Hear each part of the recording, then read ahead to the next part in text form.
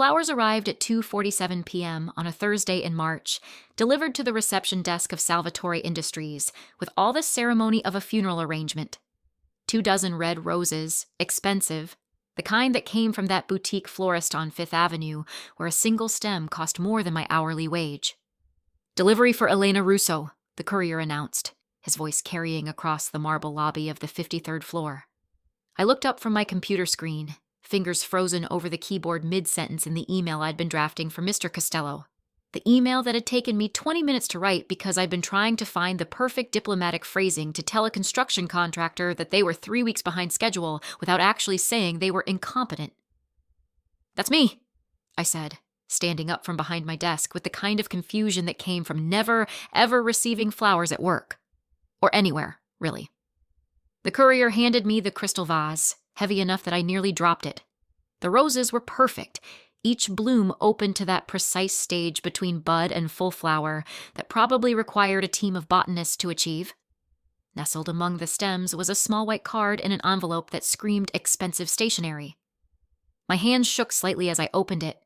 The message was simple, written in familiar handwriting that made my stomach drop. "I miss you. Give me another chance. Marcus." If you're enjoying this story so far, don't forget to hit the like button and subscribe. Drop a comment telling me where in the world you're watching from. I love hearing from you. I stood there in the reception area of Salvatore Industries, staring at flowers from a man I'd spent the last 8 months trying to forget, and felt the careful architecture of my new life begin to crack. Marcus Chen, my ex-boyfriend of 3 years, the man who'd promised me everything and delivered nothing but disappointment, manipulation, and eventually a black eye that had taken 2 weeks to fade completely. The man I'd fled from when I'd finally gathered enough courage to pack my belongings into 2 suitcases and disappear into a city of 8 million people. The man who'd somehow found me. "Those are beautiful," said Jennifer from accounting, passing by with her afternoon coffee. "Secret admirer?" "Something like that," I managed, my voice sounding strange and distant to my own ears. I carried the vase back to my desk, which sat directly outside the massive corner office belonging to Dominic Costello, CEO of Salvatore Industries, and, though this was never explicitly stated in my job description, one of the most powerful men in the New York underworld. I'd been his secretary for 6 months.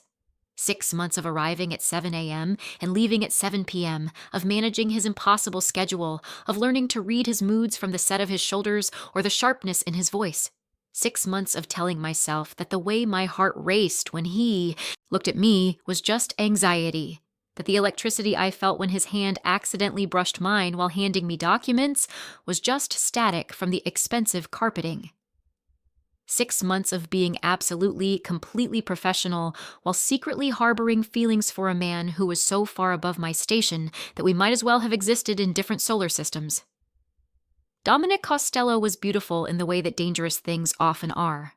Tall, well over 6 feet, with the kind of build that suggested he could break someone in half without wrinkling his Tom Ford suit.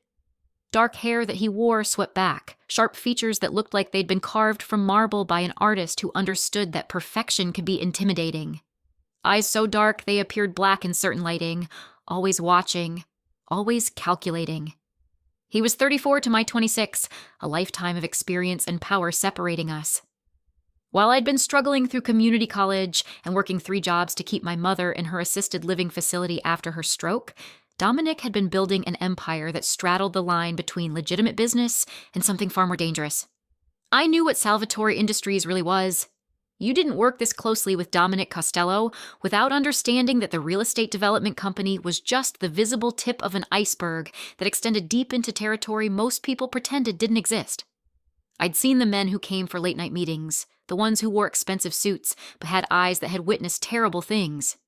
I'd overheard phone conversations conducted in rapid Italian that ended with someone on the other end agreeing to things they clearly didn't want to agree to.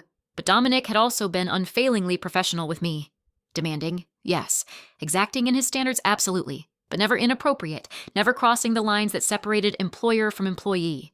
He paid me well, far more than any secretary position I'd ever seen advertised, and he'd never once asked me to do anything that made me uncomfortable, which was why the flowers felt like a violation. Not just because they were from Marcus, but because they'd intruded on the one space where I'd felt safe. I set the vase on the corner of my desk, as far from my computer as possible, and tried to return to work. But the roses dominated my peripheral vision, their presence impossible to ignore.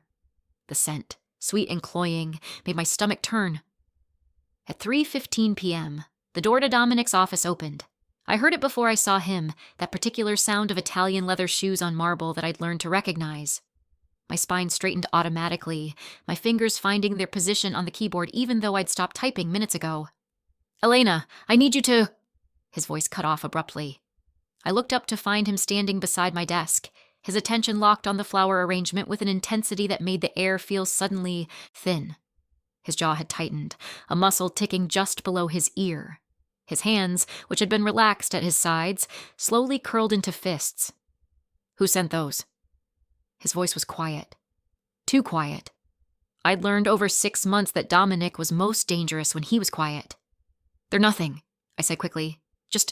They're from an old friend. An old friend!"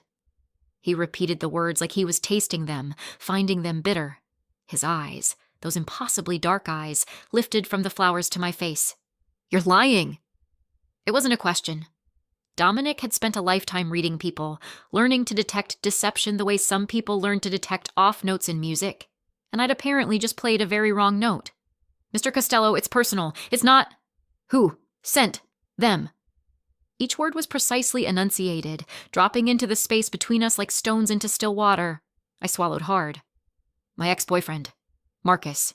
We broke up 8 months ago. I don't know how he found me." Something flickered across Dominic's face, there and gone so quickly I almost missed it. His gaze returned to the flowers, studying them with the kind of focus usually reserved for contracts worth millions of dollars. "Ex-boyfriend," he said slowly.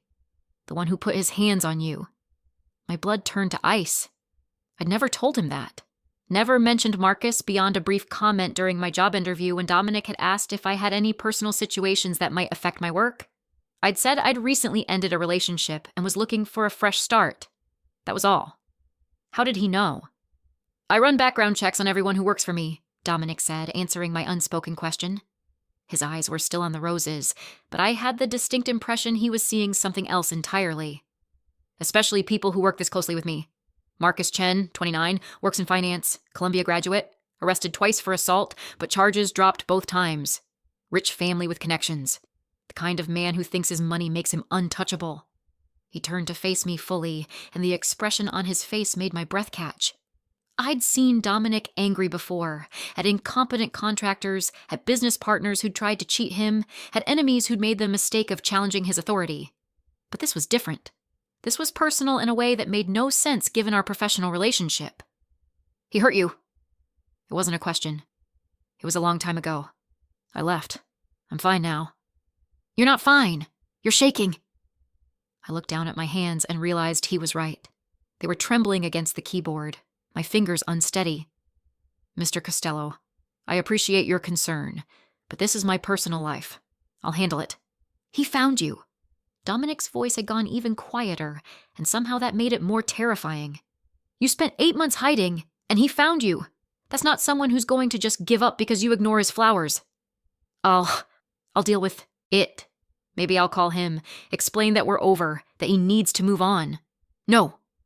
The word was flat, absolute. "You will not contact him. You will not engage with him in any way."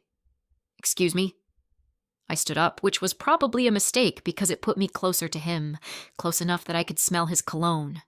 Something expensive and subtle that probably had an Italian name I couldn't pronounce. "You can't tell me who I can or can't talk to." I just did. His gaze locked onto mine, and I saw something in those dark eyes that I'd never seen directed at me before. Possessiveness, raw and undisguised. "You work for me, Elena. That makes you my responsibility, and I don't allow threats against what's mine." "I'm not yours," I said, but my voice came out weaker than I intended. "I'm your employee. There's a difference." His lips curved into something that wasn't quite a smile. "Is there?" The question hung in the air between us, loaded with implications that made my heart race for entirely different reasons than fear. This was dangerous territory, the kind that could get me fired or worse. But I couldn't look away from him, couldn't break the connection that felt like a live wire sparking between us. The moment shattered when his phone rang. Dominic's jaw tightened, but he pulled the device from his pocket, glancing at the screen. "I need to take this," he said shortly. "Don't move. We're not done with this conversation." He strode back into his office, the door closing behind him with controlled force. Through the frosted glass, I could see his silhouette pacing as he conducted the call in rapid Italian, his free hand gesturing sharply. I sank back into my chair, my legs suddenly unable to support my weight. What had just happened? Had Dominic Costello, my boss, the man who'd never shown the slightest personal interest in me beyond professional courtesy, just claimed me as his? The rational part of my brain screamed that this was wrong, that I should be offended, that his behavior was controlling and inappropriate. But another part, a part I'd been trying to suppress for 6 months, thrilled at the possessiveness in his voice, at the idea that he'd been paying attention to me in ways I'd never suspected. I looked at the roses again, and suddenly they felt less like a romantic gesture and more like a threat. Marcus had found me. Despite changing my phone number, despite moving to a new apartment in a different neighborhood, despite using only my middle name on my social media accounts, he'd found me. And worse, he'd sent the flowers to my workplace, which meant he knew where I worked, which meant he knew about Dominic. My phone buzzed with a text message. Unknown number. "Did you get my flowers, Elena? We need to talk. I've changed. Give me a chance to prove it. I'll be waiting at the coffee shop across from your building after work. Don't make me wait too long." My hands started shaking again, harder this time. How did he have my new number? I'd changed it specifically to avoid him. The door to Dominic's office burst open with enough force that I jumped in my seat. He stood in the doorway, phone still in his hand, his expression darker than I'd ever seen it. "What's wrong?" He was beside my desk in 3 strides. "You look like you're going to pass out. He texted me. I don't know how he has my number." I held up my phone with a hand that wouldn't stop trembling. Dominic took the phone from me, his fingers brushing mine. He read the message, and I watched his expression transform from concern to something absolutely lethal. "Coffee shop across the street," he repeated, his voice deadly calm. "He's watching you right now." I turned to look at the floor-to-ceiling windows that lined the office space, suddenly feeling exposed. 53 floors up, and I felt like Marcus could see me clearly. "Mr. Costello, I should probably just go talk to him. Make it clear that it's over. Otherwise, he'll keep... You're not going anywhere near him." Dominic's hand came up, and for a moment I thought he might touch my face, but he stopped himself just short, his fingers curling into a fist. "Not today. Not ever. You can't just watch me." He pulled out his own phone, pressed a contact. "Marco, I need you and Nico in my office. Now." He ended the call and looked at me, really looked at me, with an intensity that made me feel like he was cataloging every detail of my face. "How long did you date him?" 3 years. "And he hit you?" Not a question. "Once. The last time I saw him, I left that night." "Once, that you'll admit to," Dominic said quietly. "Men like that don't start with a closed fist, Elena. They start with small things. Controlling who you see, what you wear, isolating you from friends and family. Then it escalates. A push here, a grab there, until one day they cross the line completely and convince you it's somehow your fault." I stared at him, shocked by the accuracy of his assessment. That was exactly how it had happened. Marcus had been charming at first, attentive in ways that had felt flattering until they'd started feeling suffocating. The criticisms had been subtle. Did I really need to wear that much makeup? Why was I always on my phone? Didn't I think his friends were more interesting than mine? By the time he'd actually hit me, I'd been so isolated and broken down that part of me had wondered if I'd somehow deserved it. "How do you know?" I whispered. Dominic's expression softened, just barely. "Because I've seen it before. He stopped, jaw tightening. "I've seen what men like that do to women, and I've seen what happens when no one intervenes." There was a story there, something painful buried in his past.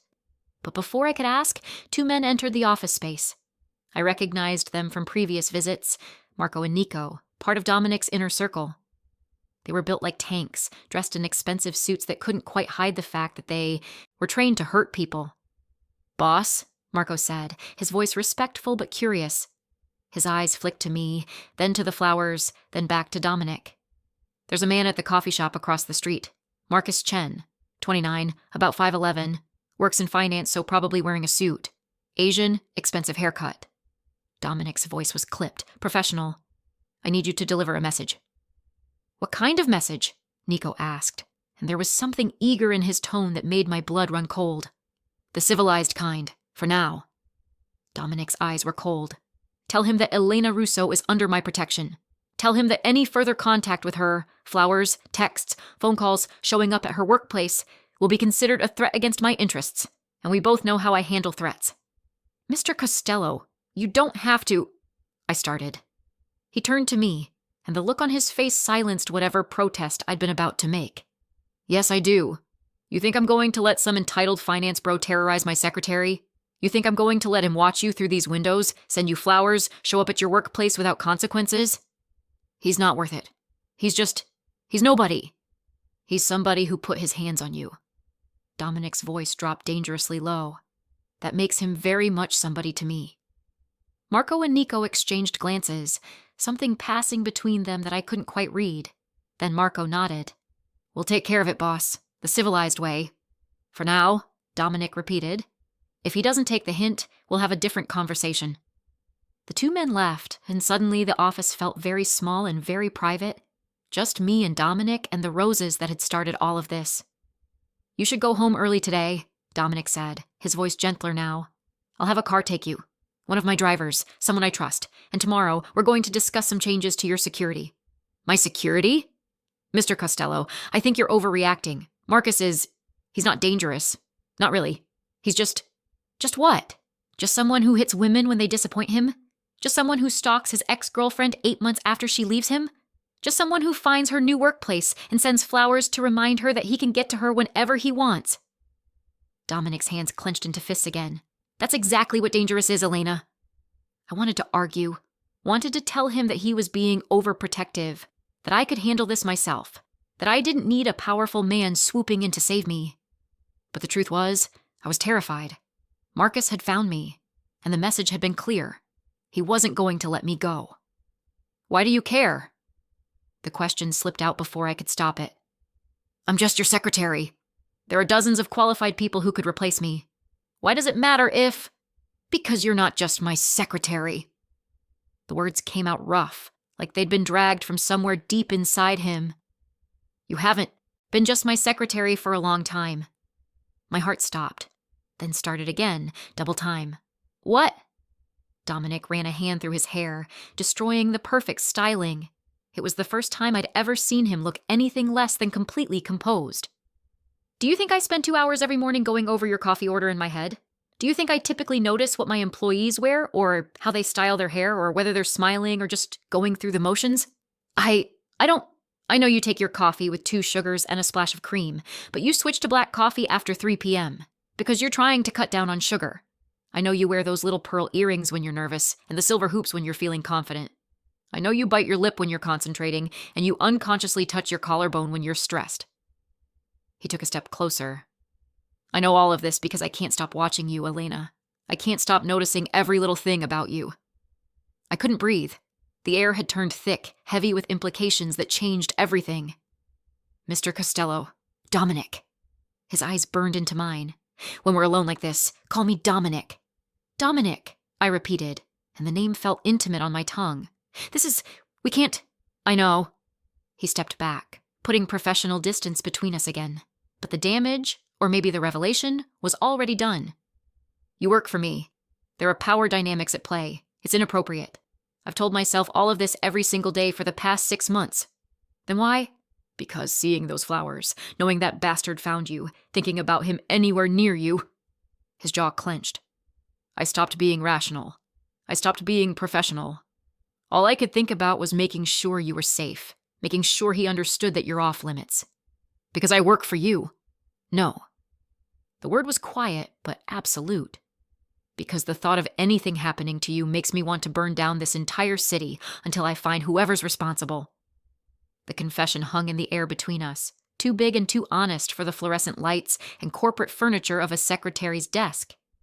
This wasn't how these things were supposed to happen. This wasn't the kind of relationship, if it even was a relationship, that people had.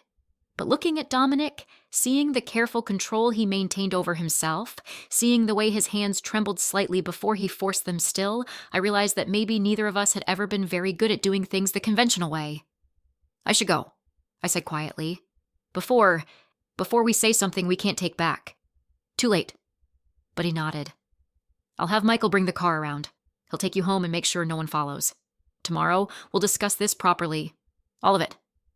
He meant Marcus, but we both knew he also meant us. I gathered my purse, deliberately leaving the roses behind. Let them wilt in the office overnight. Let them die the way that relationship had died 8 months ago. At the elevator, I turned back. Dominic stood beside my desk, staring at the flower arrangement with an expression that promised violence. His hands rested on the edge of my desk, gripping it hard enough that his knuckles had gone white.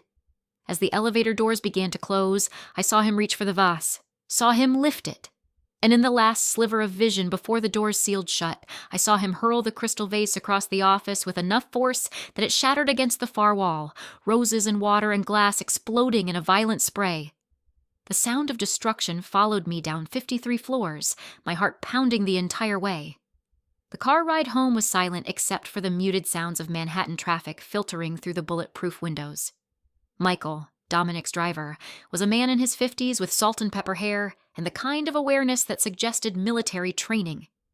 He didn't try to make conversation, for which I was grateful.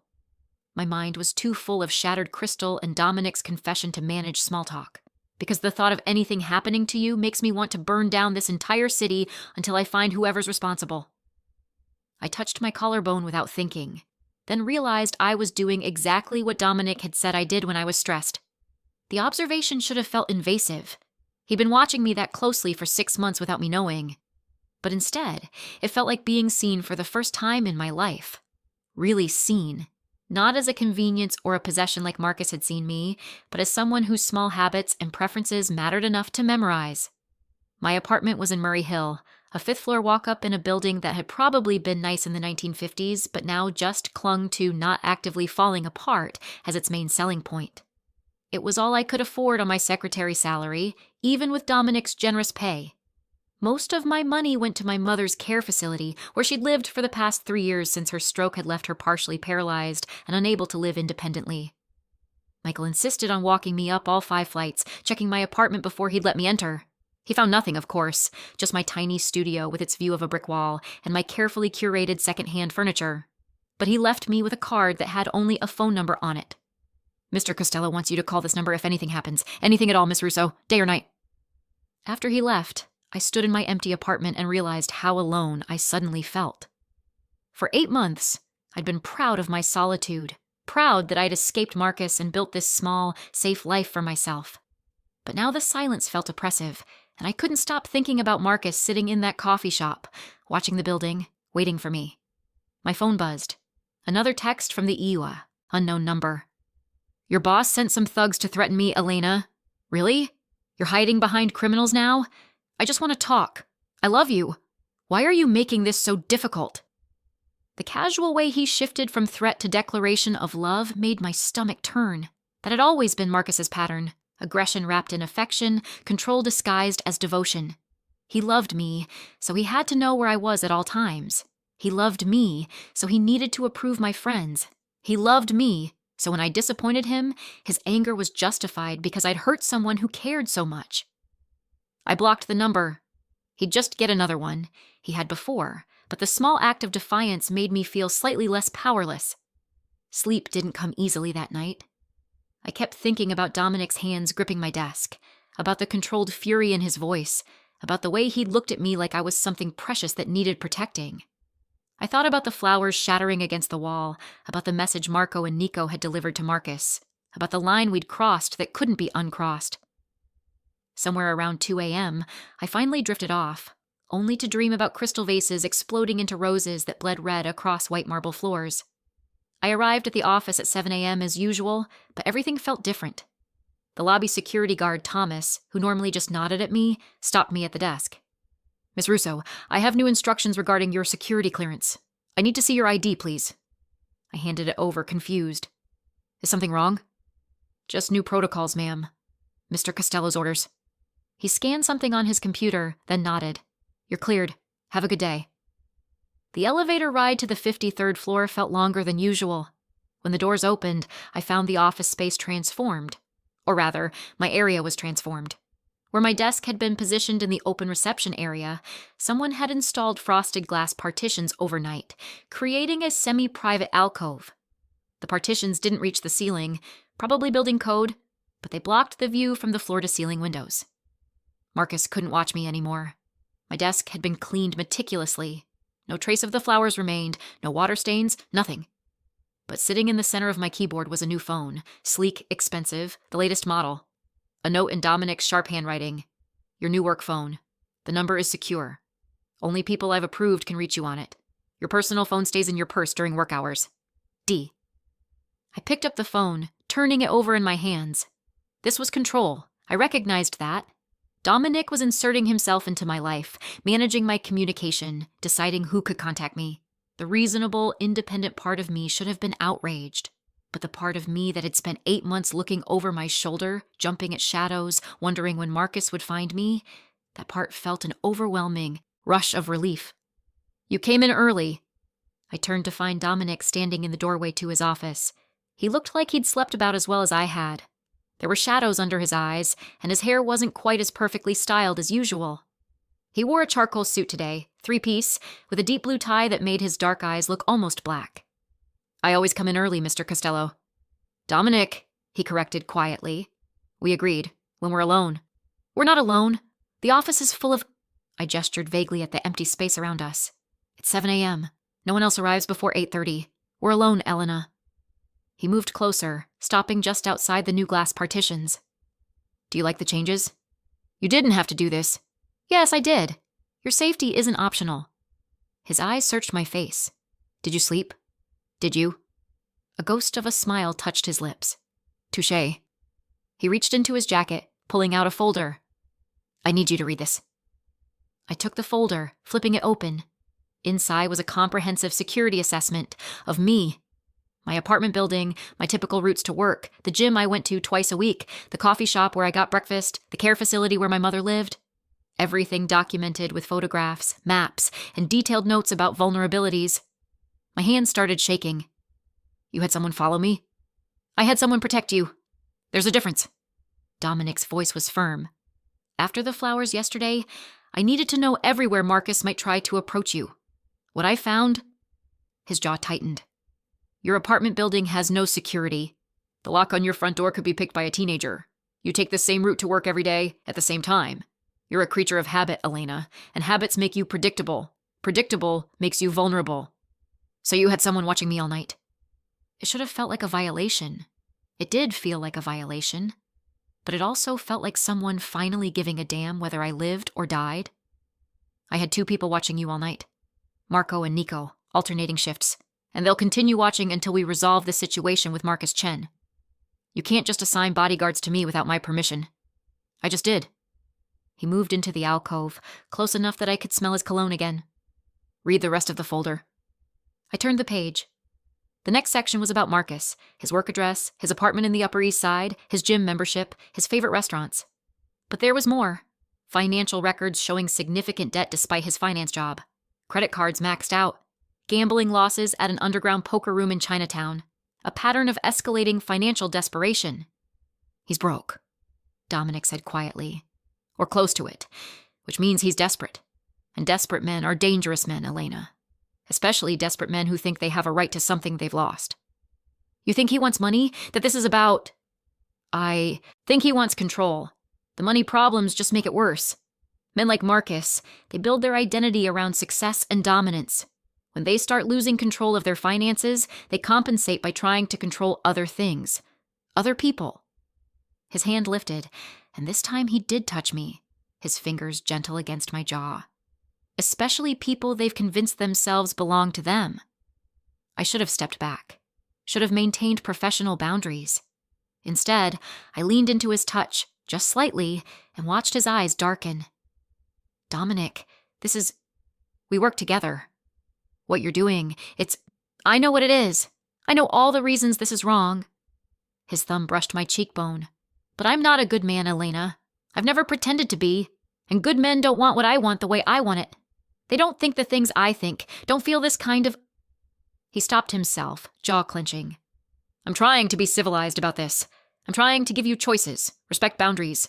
But seeing those flowers yesterday, knowing he found you, knowing he's out there thinking he has any right to even speak your name. What did Marco and Nico tell him? Dominic's hand dropped from my face.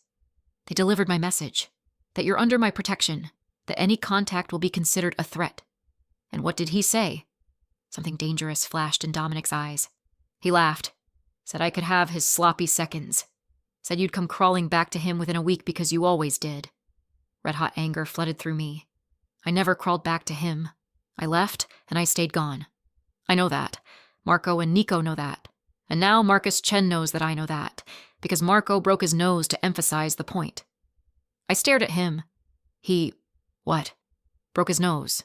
Nothing permanent, nothing that requires police involvement. Just enough to make it clear that disrespect has consequences. Dominic's voice was matter of fact, like he was discussing the weather. He filed a police report, of course, claims he was attacked unprovoked. But unfortunately for him, he was in a neighborhood where the police don't particularly care about rich finance bros getting their faces rearranged. And even more unfortunately, every security camera within 3 blocks mysteriously malfunctioned during the exact time of the incident. You can't assault people because they said something rude. I can, actually. That's one of the benefits of being who I am. He studied my face. You're upset.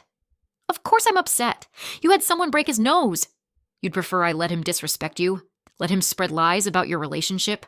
Let him think he can talk about you like you're property to be discarded? Dominic's voice had gone cold. That's not how this works, Elena. You're under my protection now. That means I protect everything. Your safety, your reputation, your dignity. All of it. I don't need you to defend my dignity.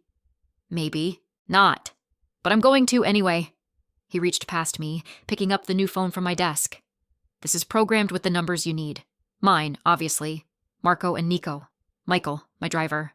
Dr. Valentina Rossi, who handles medical issues for my organization, discreetly. And a direct line to my attorney, just in case. In case of what? In case Marcus decides to escalate. In case you need legal protection. In case anything happens and you need help immediately. He pressed the phone into my hand. I know this feels overwhelming. I know I'm moving fast, making decisions without consulting you. But Elena, you need to understand something about how my world works. When I claim protection over someone, that's not a casual statement. It's a declaration. Every person in my organization now knows that you're off limits. Every family we do business with has been informed. If anyone touches you, they're touching me. And nobody's stupid enough to do that. You claimed me. The words came out flat. Like property. No. His hand came up to cup my face again, forcing me to meet his eyes. Like someone I care about. Like someone who matters to me more than is rational or professional or appropriate. I claimed you because the alternative, standing back and watching Marcus or anyone else hurt you, isn't something I'm capable of. The intensity in his gaze made my breath catch. This was insane.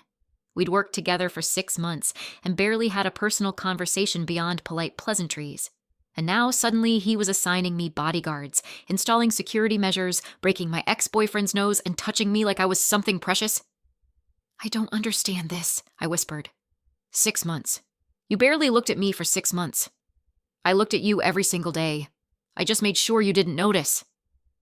His thumb traced my lower lip and I shivered. Do you have any idea how hard it's been? Sitting 15 feet away from you, listening to your voice on the phone, watching you move through this office with that particular grace you have? I've memorized everything about you, Elena. Every expression, every gesture, every small tell that reveals what you're really thinking. That's stalking, Dominic. That's not normal. I never claimed to be normal. I'm the head of a crime family.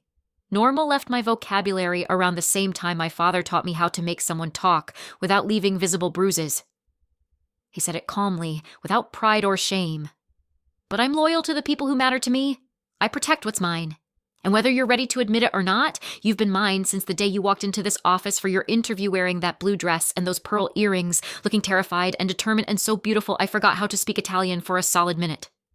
I wore a blue dress to my interview. Navy blue, with small white buttons down the front.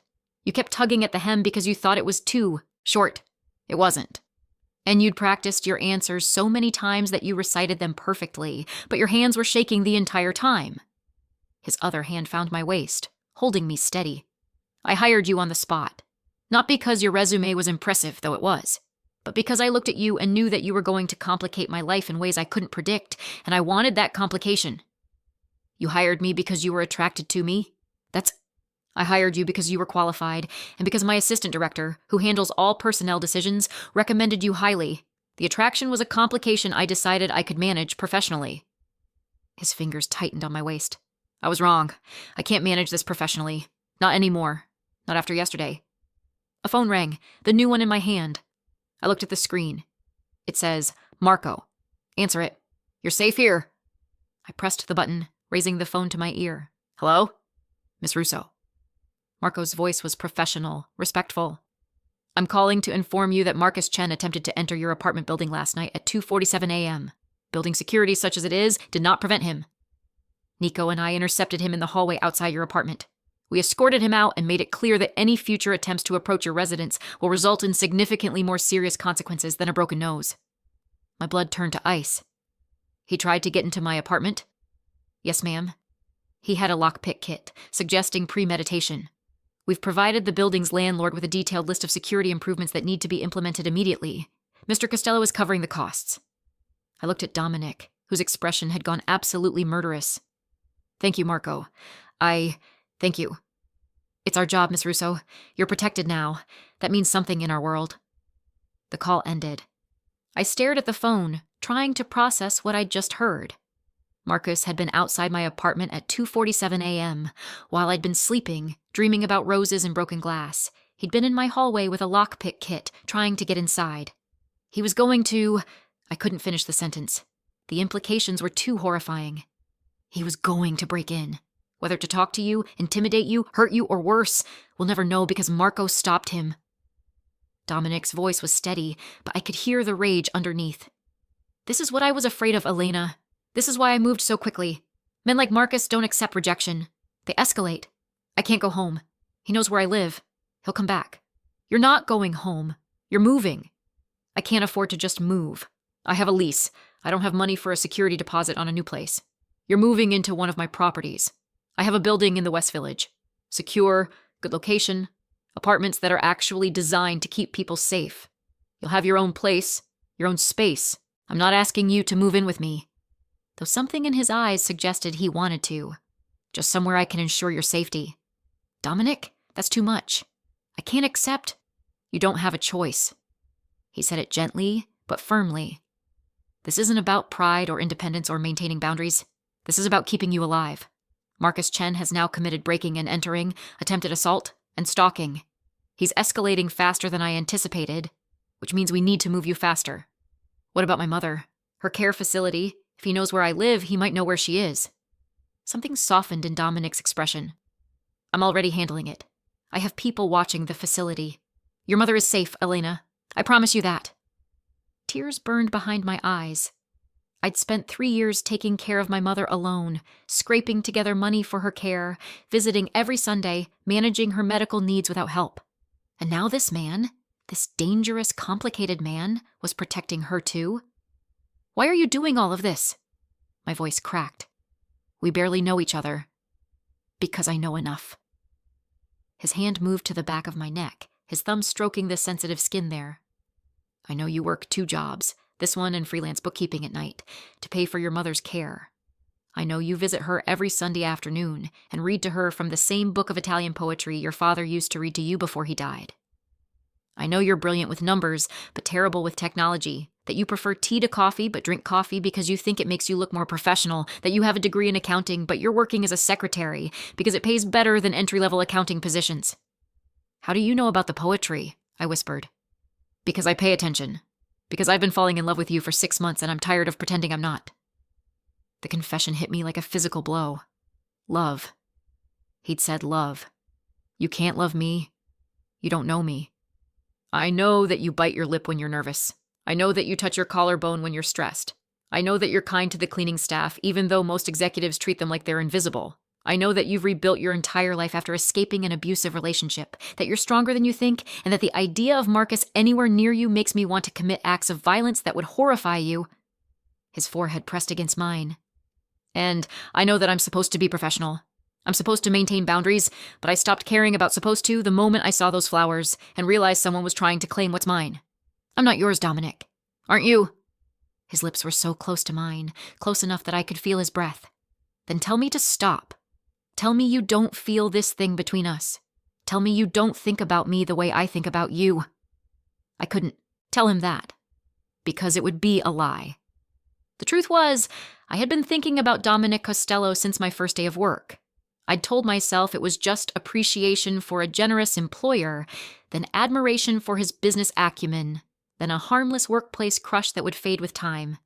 But it hadn't faded. It had grown, deepened, until I found myself looking for excuses to stay late, to bring him coffee, to have just a few more minutes in his presence. "This is a terrible idea," I whispered. "The best ones usually are." He echoed my thought from yesterday, and I realized he'd been paying attention then, too. Always paying attention. "If we do this, if we cross this line, everything changes. We can't go back to professional." "I don't want to go back to professional. I want—" He stopped himself, jaw clenching with the effort of control. "I want to protect you. I want to wake up knowing you're safe. I want to be the person you call when you're scared or happy or just need someone to talk to. I want Marcus Chen to know that you're so thoroughly claimed that even thinking about you could get him killed. And I want— God, Elena, I want to kiss you so badly right now that I'm physically restraining myself." "Then why are you restraining yourself?" The question came out before I could think better of it, but I didn't take it back. Dominic's eyes darkened to pure black. "Because once I start, I won't be able to stop. Because I've been holding back for 6 months, and if I touch you the way I want to touch you, right here in this office, we're going to scandalize everyone who arrives in the next hour. Because you deserve better than being kissed for the first time against your desk, like I'm some teenager who can't control himself." "Maybe I don't want better. Maybe I want you to stop being so controlled." His grip on my neck tightened. "Elena, you need to be very careful what you're asking for. Because I'm not a good man. I'm not going to court you properly, take you on appropriate dates, wait a respectful amount of time. If you give me permission to touch you, I'm going to be possessive and demanding and probably overbearing. I'm going to want to know where you are every minute of every day. I'm going to eliminate any threat to you without consultation or hesitation. That's who I am. That's what being with me means." "I know who you are, Dominic." "Do you?" His voice dropped to barely above a whisper. "Do you really? Because I've done things that would make you run from this office and never look back. I've hurt people. I've made decisions that haunt me. My hands aren't clean, Elena. They're never going to be clean." "I don't care. You should. But I don't." I reached up, touching his face, feeling the slight stubble on his jaw. "You think I don't know what Salvatore Industries really is?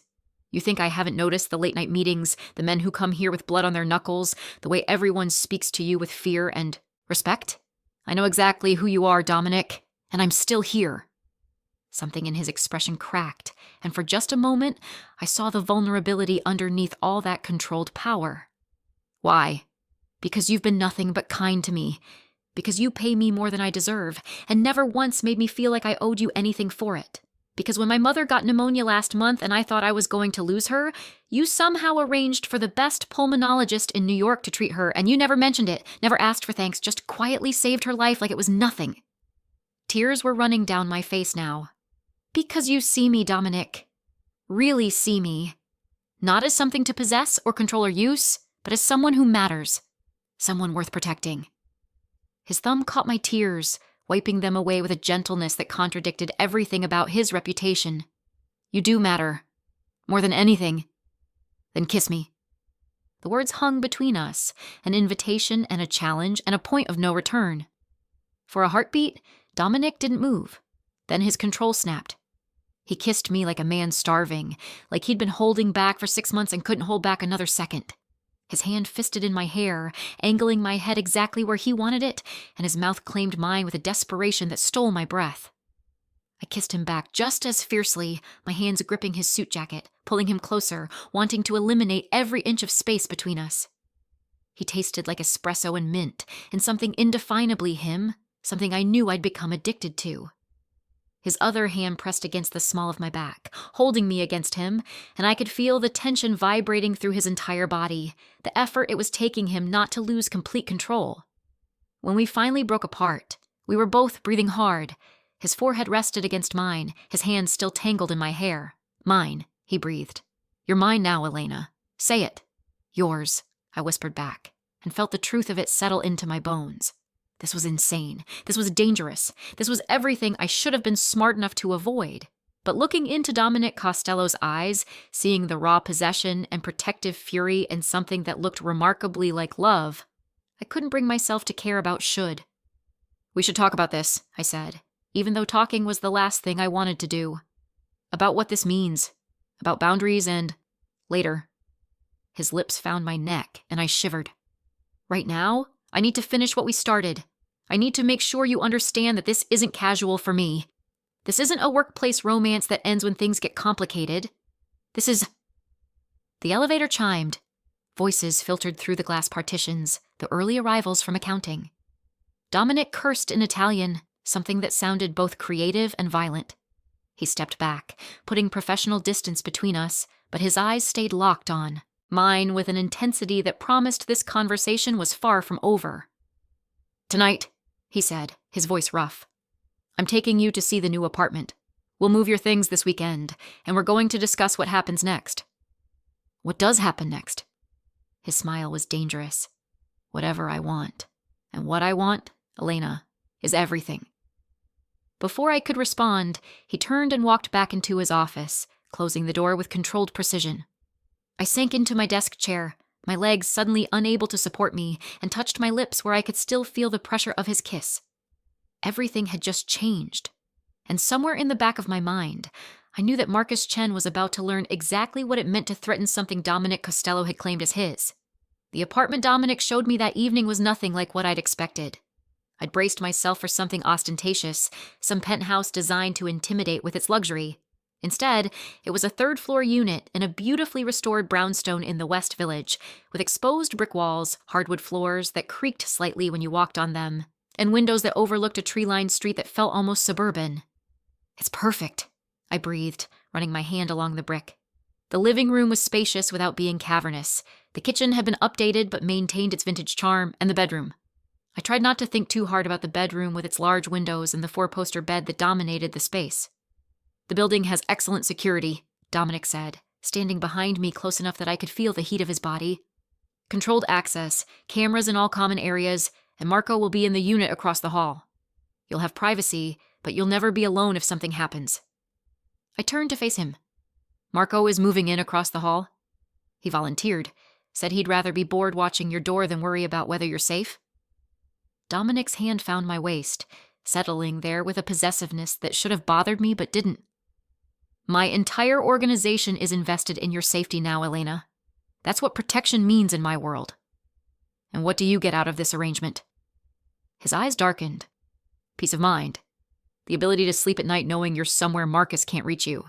And maybe, if you'll allow it, the opportunity to court you properly, to take you to dinner, to learn everything about you that I haven't already memorized from 6 months of watching from a distance. That still sounds like stalking, Dominic. Perhaps, but I prefer to think of it as dedicated observation." His thumb traced circles on my hip through my dress. "We should discuss boundaries. I know I've been overwhelming, moving fast, making decisions. If you need me to slow down, I don't." The admission came out quiet but certain. "I've spent 3 years being careful, being cautious, rebuilding my life one small safe, decision at a time. And where did it get me? Marcus still found me. He still tried to break into my apartment. Maybe careful isn't working. So what do you want instead?" I looked up at him. This dangerous man who'd somehow become my protector, my employer, and now something more complicated than either of those titles could contain. "I want to feel safe. Really safe. Not just hiding and hoping. I stopped, unsure how to articulate the desire that had been building since he'd kissed me this morning. "Tell me." His voice dropped low, intimate. "Whatever it is, Elena. Tell me, and I'll give it to you. I want to stop being afraid. I want Marcus gone from my life permanently. And I want..." My hand pressed against his chest, feeling his heartbeat through the expensive fabric. "I want this. Whatever this is between us. I want to stop pretending it's just professional, or that I haven't been thinking about you the way you've been thinking about me." Something fierce and possessive flashed across his face. "You've been thinking about me? Every day. Wondering what it would be like if you touched me. If you looked at me the way you're looking at me right now, like I'm something you want instead of just someone who works for you. I've never looked at you like just an employee." His other hand came up to cup my face. "From day one, You've been a complication I knew better than to pursue. But I'm done being smart about this. I'm done maintaining professional distance. You're mine now, Elena. In every way that matters. Yours, I agreed, and rose on my toes to kiss him.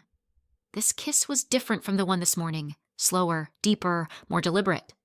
Dominic took his time, learning the shape of my mouth, the taste of me, the small sounds I made when his teeth caught my lower lip. His hands roamed with careful control, touching but not taking, making me feel cherished and desired in equal measure. When we finally broke apart, I was breathless and dizzy and wanting more. "We should get you moved in this weekend," Dominic said, his voice rough. "The sooner you're out of that apartment, the better." "And what about Marcus? He's not going to just give up." Dominic's expression hardened. "Marcus Chen is going to learn a very important lesson about consequences. But that's my problem to handle, not yours." "Dominic!"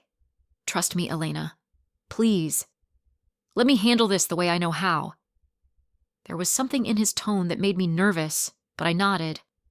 I'd seen enough of his world to know that some things were better left unexamined. The move happened on Saturday with military precision.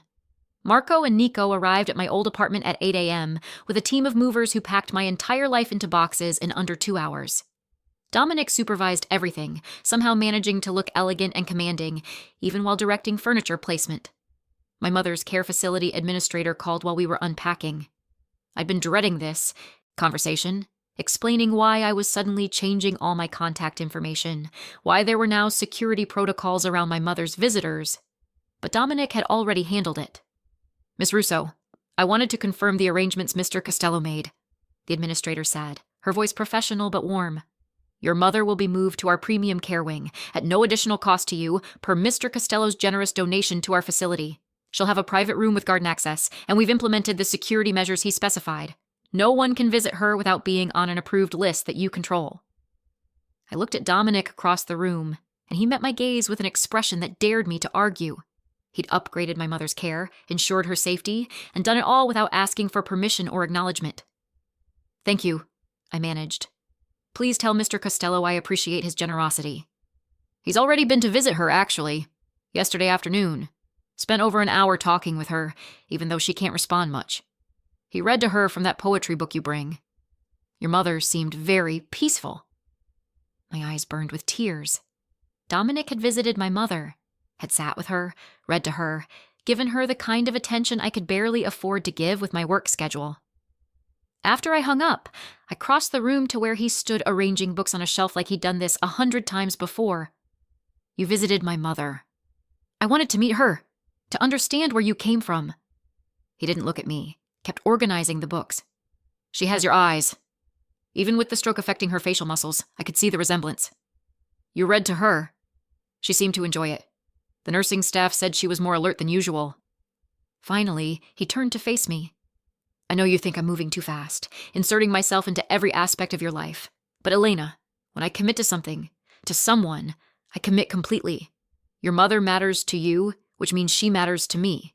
Her safety, her comfort, her happiness, all of it is now part of my responsibility. I can't afford. I'm not asking you to afford anything. The donation I made to the facility was substantial enough to cover her care for the next 10 years, regardless of what happens between us." He stepped closer. "This isn't about obligation or debt. It's about taking care of what's mine. And you're mine, Elena, which makes your mother's well-being my concern." I kissed him then, standing in my new apartment surrounded by boxes and furniture and the life we were building together, and felt something in my chest crack open. This man, this dangerous, complicated man, had given me more security and care in 1 week than Marcus had given me in 3 years. "I love you," I said against his mouth, and felt him go completely still. When he pulled back, his expression was raw. "Say that again." "I love you, Dominic Costello. I know it's fast, and I know it's insane, and I know we barely know each other in the conventional sense. But I love you." He kissed me hard, desperately, his hands framing my face like I was something precious he was afraid to break. "I love you," he breathed between kisses. "I've loved you for months. I thought I was losing my mind, feeling this much for someone I'd barely spoken to. But Elena, God, I love you." We spent the rest of the day unpacking and arguing about furniture placement and pretending that the world outside this apartment didn't exist. Marco brought us dinner from an Italian restaurant that Dominic apparently owned, and we ate on the floor surrounded by boxes because we hadn't assembled the dining table yet. It felt normal, almost domestic. Like we were just two people building a life together instead of a crime boss and his secretary navigating a relationship that violated every professional boundary. But reality came crashing back on Monday morning. I arrived at the office at 7 a.m. to find Dominic already there, standing at the window of his office with his phone pressed to his ear. His posture was rigid, dangerous, and I knew immediately that something was wrong. He ended the call when he saw me, his expression carefully controlled. "What happened?" I asked, my stomach sinking. "Marcus filed a restraining order against me, against Marco and Nico. Claims we've been harassing him, threatening him, that he fears for his safety." Dominic's voice was cold. "It's bullshit, obviously, but it complicates things." "How?" "It means I can't have Marco and Nico approach him directly anymore. Can't have them deliver messages or warnings. It limits my options for conventional intimidation." His jaw clenched. "He's smarter than I gave him credit for. He's using the legal system as a shield." "So what do we do?" Dominic turned to face me fully. "We wait. We document everything. Every text he sends you. Every time he shows up somewhere you are. Every violation of the boundaries we've set. We build a case for a restraining order from your side, and in the meantime, you stay protected. You don't go anywhere without Marco or someone from my team. You stay in the apartment or this office. Nowhere else unless I clear it first." "Dominic, I can't live like a prisoner." "You're not a prisoner.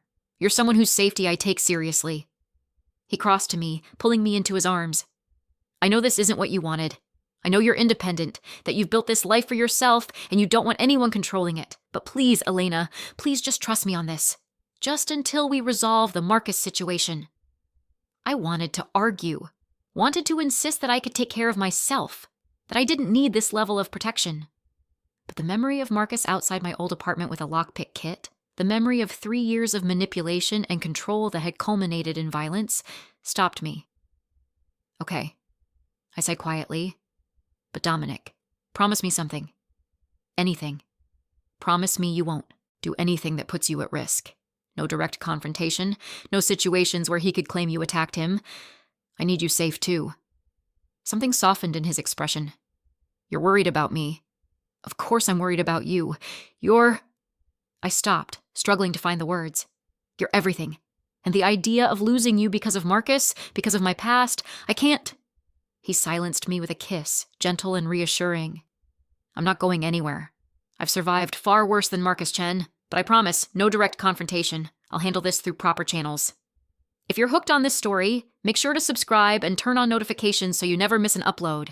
Your support means everything and helps me bring you more emotional stories like this one. The promise should have made me feel better, but something in his eyes told me that Dominic's definition of proper channels might not align with legal ones. For 2 weeks, we existed in a strange bubble. I worked from my desk outside Dominic's office during the day, moved through my responsibilities with professional precision, and at night, I went home to the West Village apartment where Dominic would join me for dinner. We talked for hours about his mother who died when he was young, about his entry into the family business, about the careful balance between legitimate operations and the darker aspects of his world. He told me about his father, who'd built the Costello organization from nothing, who taught Dominic that power was the only thing that mattered, and loyalty was bought through fear and respect, in equal measure. "He wanted me to be harder than I am," Dominic admitted one night, his head in my lap while I ran my fingers through his hair. "Wanted me to see people as tools, assets to be used and discarded. But my mother was different. She taught me that power without compassion was just cruelty, that protecting people, really protecting them, meant caring about more than just your own interests. She'd be proud of you," I said softly. "I hope so. I like to think that the choices I make, the way I run things, it's closer to what she would have wanted than what my father demanded." He turned to look up at me. "Meeting you has reminded me of that, of the difference between protecting someone because they're useful and protecting someone because they matter. I matter to you more than anything." He reached up, pulling me down for a kiss. "More than the business, more than the reputation, more than any of it. You matter most." The words should have scared me. That kind of intensity, that level of obsession, was dangerous. But wrapped in his arms, safe in this apartment he'd chosen for me, I couldn't bring myself to be afraid. But the peace couldn't last forever. 3 weeks after I'd moved into the new apartment, I received a text on my personal phone, the one I kept in my purse at Dominic's insistence, only checking it occasionally. Marcus had gotten the number somehow. I know about your new boyfriend. Did you tell him your damaged goods, that you need constant attention and validation? He'll figure it out eventually, Elena, just like I did. And when he gets bored of playing hero, you'll come crawling back. They always do. I showed the text to Dominic immediately. His expression went absolutely lethal. He's escalating. The restraining order was his first move. Establish himself as a victim. Now he's trying psychological warfare, trying to undermine your confidence, make you doubt this relationship. Dominic's hands clenched into fists. He wants you to break, to reach out to him, to give him an opening. He's wrong. I'm not going back. I know that. But he doesn't. Men like Marcus, they build their entire self-worth on control. He can't accept that you're happy without him, that you found someone who actually values you. Dominic pulled out his phone, typed something quickly. I'm done being patient. I'm done playing by his rules. What are you going to do? What I should have done from the beginning. I'm going to give him a choice. Leave New York permanently, or face consequences he won't survive. Dominic, no, you can't. If something happens to him, the police will investigate you first. The restraining order establishes motive. You could go to prison. Then I'll be very careful to make sure nothing traces back to me. He cupped my face, forcing me to meet his eyes. Elena, I need you to trust me. I need you to understand that in my world, there are problems that can't be solved through legal channels or polite conversation. Marcus Chen is one of those problems, and I'm very good at solving problems. I don't want you to become a murderer because of me. I wouldn't be a murderer because of you.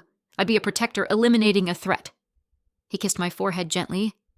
But if it makes you feel better, I'm not planning to kill him. Just make him wish he'd never heard your name. That should have been reassuring. It wasn't. What happened next, I pieced together from carefully worded conversations and things left unsaid. Marcus Chen's life fell apart over the course of 48 hours. His apartment lease was mysteriously terminated for violations he hadn't committed. His employer received anonymous tips about financial irregularities in his accounts, tips that turned out to be accurate, revealing embezzlement that Marcus had been conducting for months. His credit cards were maxed out by fraudulent charges that somehow couldn't be traced. His car was towed and impounded for unpaid parking tickets that appeared in the system overnight.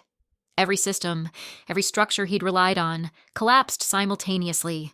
And through it all, Dominic never left my side, never made a phone call I could overhear, never gave an order I could witness. But I knew he'd orchestrated all of it, had used his connections and resources to systematically destroy Marcus's life without ever technically breaking the law. On the third day, Marcus showed up at Salvatore Industries. Security called up immediately. Dominic was in a meeting, and I answered the phone with my heart pounding. Miss Russo, we have a Marcus Chen in the lobby. He's asking to see you. He's agitated, possibly intoxicated. Should we call the police? No, don't let him up, but don't call the police yet. I'm sending someone down. I called Marco, who appeared from his position in the building within 30 seconds. Marcus is downstairs. Dominic's in a meeting. I'll handle it. Stay here. Lock yourself in Mr. Costello's office if you need to. But I didn't lock myself in the office. Instead, I watched through the window as Marco and 2 other security personnel escorted Marcus out of the building. Even from 53 floors up, I could see his wild gestures, his obvious desperation. My phone buzzed. A call from an unknown number. Against my better judgment, I answered. Elena. Marcus's voice was ragged, broken. What did you do? What did he do? My life is falling apart. I've lost everything. My job, my apartment, my credit. You did this to yourself, Marcus. You couldn't let me go.